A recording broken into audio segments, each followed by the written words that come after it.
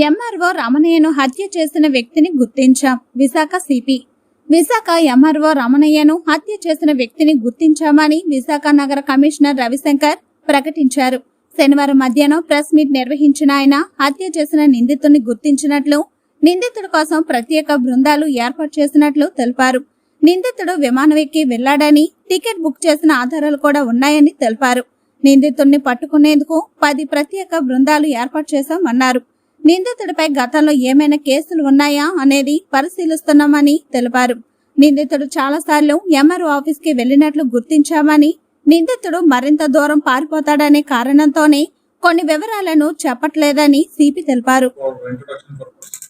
Earlier he worked in CID, handled very sensational cases there in CID. Now he has joined Visakhapatnam City Police. A very able hand and good support for me as Joint Commissioner of Police. Okay, and of course Manikanta, all of you know, he is joined as DCP here.